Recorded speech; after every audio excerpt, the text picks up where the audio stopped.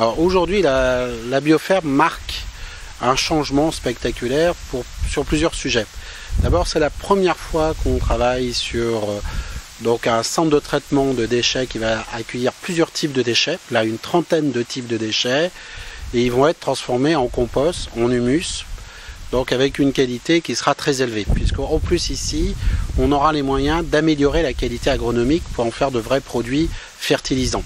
Donc on pourra utiliser pour autre chose que la création de filtres ou d'espaces verts. Ça peut être utilisé comme fertilisant dans le monde agricole. Deuxième aspect innovant, révolutionnaire, c'est la filière végétale ici qui prend une ampleur qui n'a jamais été prise auparavant, puisqu'on a une pépinière dédiée aux plantes de la dépollution pour l'air, l'eau, les sols. Mais en plus de ça, on va faire de la sélection variétale, on va développer de nouvelles espèces par rapport aussi à un axe de valorisation. Donc ici, c'est la première fois qu'il y aura de vraies stratégies de valorisation de ces plantes qui vont pouvoir être réutilisées en paillis végétal, en matériaux pour les chaudières, en thermie, mais aussi en éco-construction demain. Et troisième aspect aussi innovant, c'est que là, nous allons disposer d'un vrai centre de recherche et développement pour tester plusieurs applications et pour continuer d'ailleurs à développer les domaines d'application de la dépollution. Alors ce qui est important dans les fondamentaux de Futurestore, c'est qu'on travaille toujours avec plusieurs objectifs qui guident nos choix technologiques, et ces choix, c'est déjà toujours travailler avec la biodiversité locale, donc c'est vraiment une grande obsession. On ne travaille jamais uniquement avec un seul végétal, donc continuer à tester d'autres végétaux que le roseau ou le phragmite. Par exemple ici on a testé avec succès des cyrpes, des iris dont on est très content, d'autres espèces qu'on appelle les cannes européennes, donc des roseaux géants sur lesquels on est en train de travailler. Et l'autre principe aussi, c'est qu'on travaille toujours avec un objectif de restauration des ressources. Donc si on utilise les plantes pour dépolluer, les plantes ne seront jamais polluées. Les plantes servent à biodégrader la pollution ou à phytolaver le sol. Les polluants seront séquestrés dans un filtre de piégeage qui pourra être éliminé après.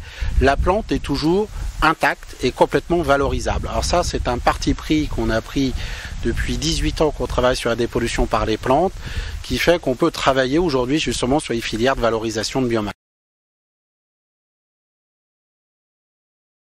Alors l'autre aussi grande stratégie de ce site, pour lequel on tient beaucoup d'ailleurs, c'est pour ça qu'on appelle ce site la bioferme, c'est qu'on veut absolument aussi développer cette idée que demain, dans les villes et dans les usines, quand on va installer des jardins filtrants pour dépolluer, traiter les eaux grises, les sites et sols contaminés, ce seront les agriculteurs qui viendront faucher les plantes, par exemple les miscanthus, et faire la valorisation de biomasse. Donc remettre les agriculteurs les pieds dans la ville et dans les usines.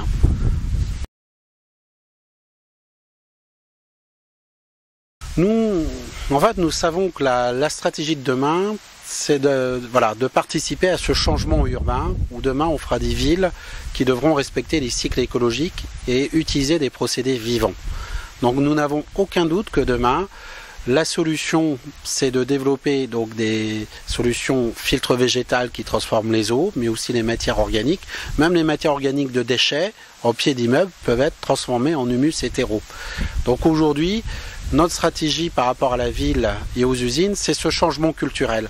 C'est qu'il faut passer de l'époque 19e siècle industrielle, où on voyait les pollutions comme des nuisances qu'il fallait supprimer dans des usines. Donc l'idée que l'environnement était un défi industriel, passer à une autre idée que l'environnement est au contraire un défi de cycle écologique, de solutions vivantes. Et donc demain, dans la ville de demain, du futur, dans le Grand Paris peut-être, ce seront des solutions vivantes qui vont restaurer les ressources. Aujourd'hui, tout le monde a conscience que les ressources sont en voie de disparition, que ce soit l'eau, mais aussi les sols. Les sols, c'est aussi menacé en France que l'eau. L'air également, l'énergie. Et bien en fait, ça, il faut changer la manière de voir. On n'a pas besoin de freiner le développement, non. Ce qu'il faut faire, c'est restaurer les ressources. C'est après consommation, restituer à la nature ces ressources et continuer à en faire plus. Donc le changement avec des solutions vivantes, c'est de faire des nouvelles boucles écologiques qui restaurent les ressources et qui permettent aux villes et aux sociétés de se développer.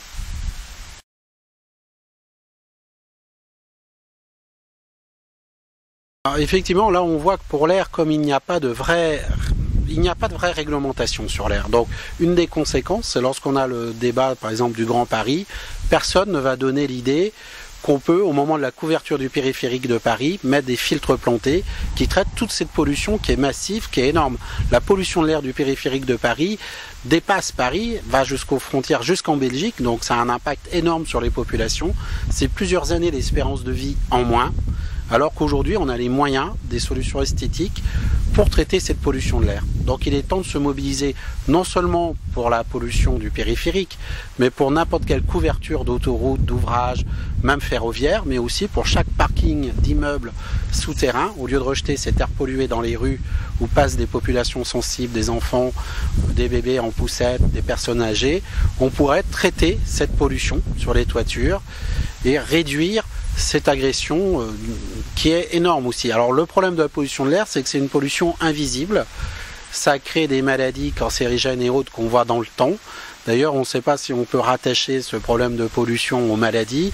En fait, on pourrait parler de pathologie urbaine. Mais aujourd'hui, l'état de conscience n'est pas assez développé pour qu'on comprenne que de nombreuses pathologies urbaines sont vraiment liées à la pollution de l'air. Donc c'est une nouvelle grande conscience qui prendra des années à se développer.